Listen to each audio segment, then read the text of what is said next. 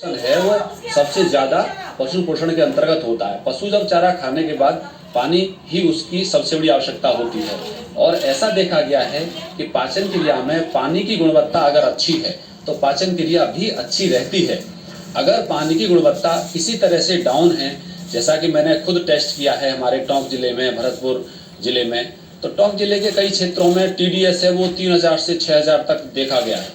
ऐसी स्थिति में पशुओं को पाचन क्रिया काफी बाधित हो जाती है, तो जो हम पोषण पशु को दे रहे हैं उसका महत्व तो नहीं रह जाता है। कुछ भी हम खिलाएंगे पशु के शरीर को नुकसानदायक ही होगा, क्योंकि हम अपने जिले में अपने जो राजस्थान में जगह जगह देखते हैं कि हरे चारे की कमी है। सूखे चारे में हमको अच्छी तरह से जो गेहूं का भूसा है वह पर्याप्त मात्रा में नहीं मिल पाता है। हमारे किसान भाई क्या करते हैं कि उड़द का सूखा भूसा है, चने का है, उसको उपयोग में लेकर के एवं अन्य मटर मसूर के चारे को भी उपयोग में लेकर के काम चलाते हैं। जौ का चारा है, गेहूं का भूसा के अलावा बाजरा की कुट्टी है और ज्वार की कुट्टी है, उसको भी सूखे चारे के उपयोग में लेते हैं।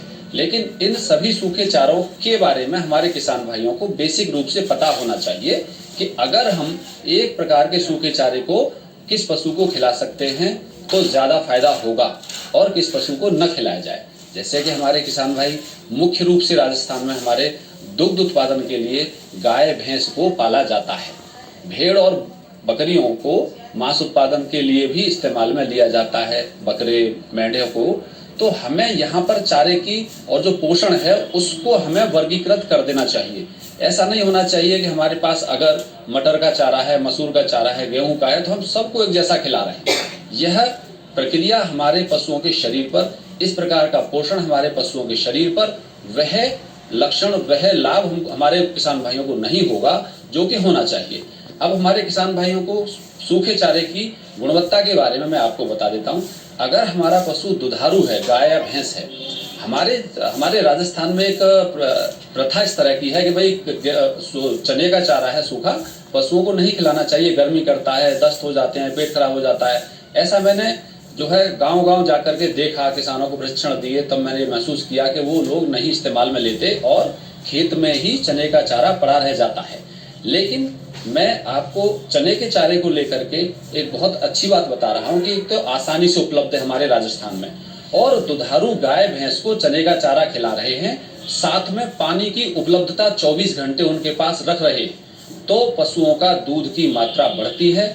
यह गेहूं के चारे की तुलना में दूध की मात्रा को बढ़ाने में सहायक होता है, क्योंकि इसके अंदर हम जब देखते हैं कि चने की फसल खेत में खड़ी होती है और उस पर से 2 या 3 बारिश हो गई हो तो उसमें जो खट्टापन है, एसिड की मात्रा है, वह कम हो जाती है।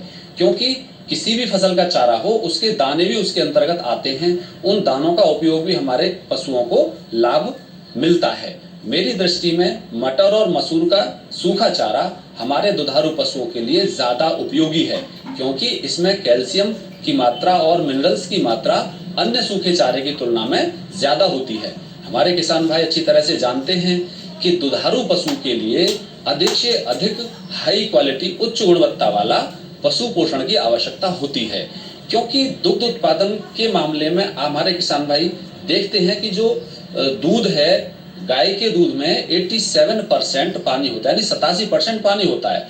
अगर हम पशु के शरीर से 1 लीटर दूध निकाल रहे हैं तो हम 870 ml उसके शरीर से शुद्ध पानी निकाल रहे हैं। ऐसी स्थिति में पशु के लिए पानी भी पर्याप्त मात्रा में दिया जाना चाहिए, क्योंकि हमारे राजस्थान में जो पशु पालन का तरीका है वह ऐसा है कि पानी को अलग रखा जाता है, सूखे चारे की नाद पशु के सामने 24 घंटे रहती है। तो पहला सुझाव मेरा ये रहेगा कि जो पानी की उच्च गुणवत्ता को मेंटेन करते हुए पानी का स्रोत पशु के पास ही 24 घंटे उपलब्ध कराया जाना चाहिए। फिर हमको अन्य प्रकार के जो चारे हैं, पोषण हैं, उनको उपलब्ध कराया जाना चाहिए।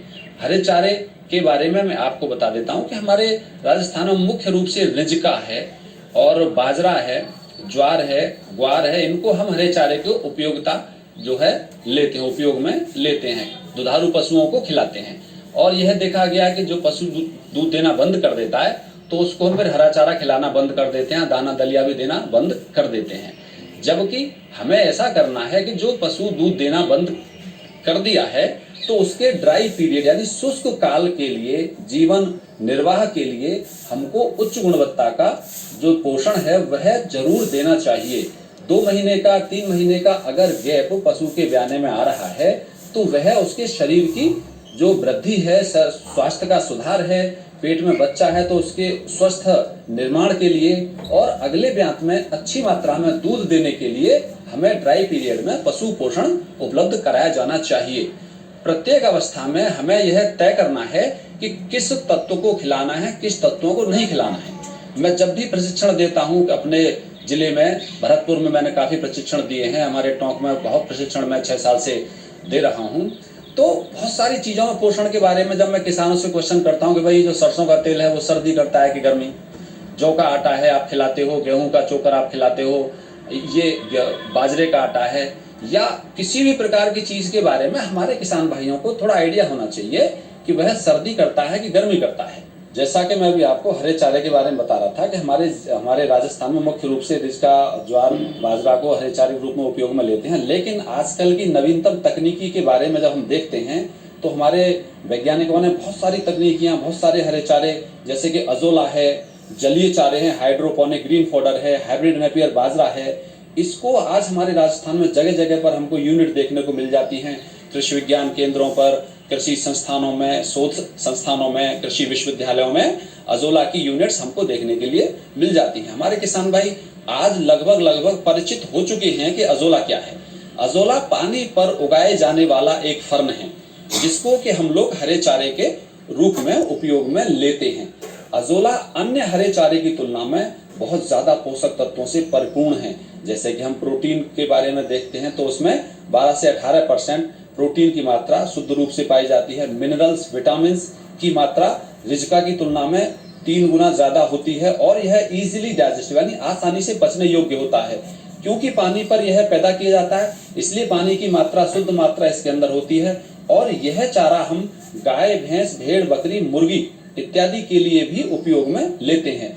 अजोला उगाने की विधि, अजोला तैयार करने की विधि हमारे किसान भाई अन्य संस्थानों से अक्सर प्रशिक्षण के रूप में ले सकते हैं। जैसे कि हम अगर 2 मीटर गुणा 2 मीटर का एक गड्ढा तैयार करते हैं जिसकी गहराई लगभग 15 सेंटीमीटर गहराई में होना चाहिए।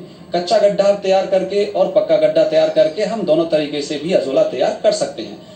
तो अजोला के लिए जब हमने 2 मीटर गुणा 2 मीटर का गड्ढा तैयार कर लिया और 15 सेंटीमीटर गहरा, तो एक पॉलीथिन हम बाजार से लेकर के उसमें बिछा देते हैं और यह तय करते हैं कि अजोला का गड्ढा किसी पेड़ की छांव में या एक ऐसे स्थान पर होना चाहिए जहां पर तेज धूप या तेज सर्दी नहीं होनी चाहिए। थोड़ा टेम्परेचर का हमको ध्यान रखना होता है और वहां पर उड़ करके किसी प्रकार की धूल भी नहीं आनी चाहिए। सड़क के सहारे या वाहनों का आवागमन ऐसा हो कि जो अजोला के पत्तों पर धूल जम गई तो अजोला के पत्ते सीधे पानी में नीचे डूब करके सड़ जाते हैं। यह हमको स्थान का चुनाव करते समय ध्यान देने की आवश्यकता है। अब जब गड्ढा तैयार करने के बाद पॉलीथिन बिछा लेते हैं तो हम उसमें पानी को 10 से 12 सेंटीमीटर तक पानी भर देते हैं।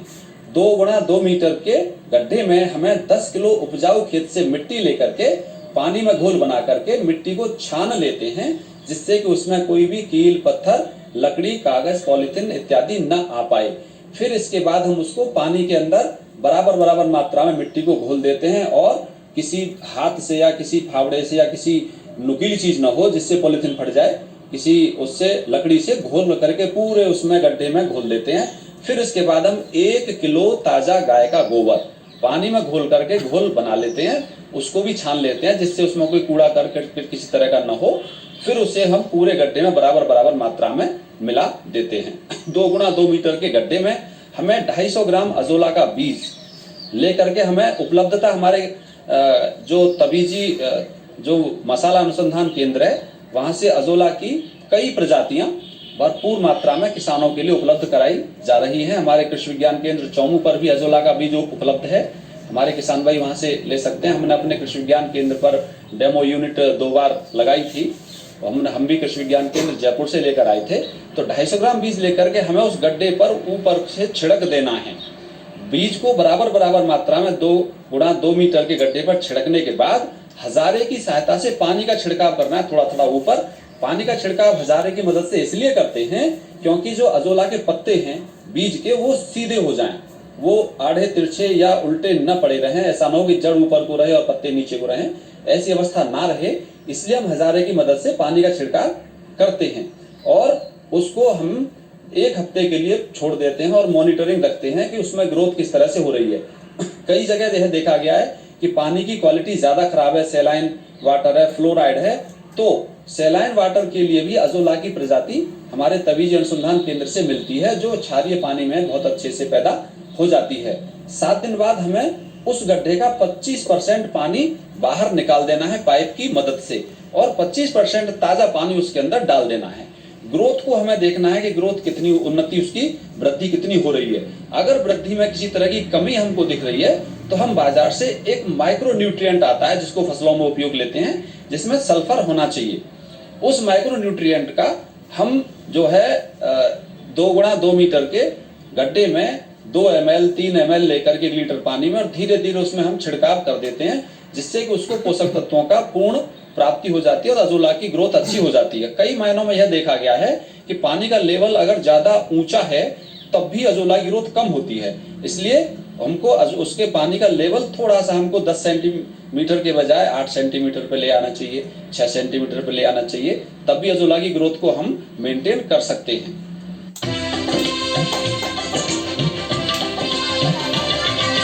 सहकारिता के बल पर विकास के लिए उठे कदम,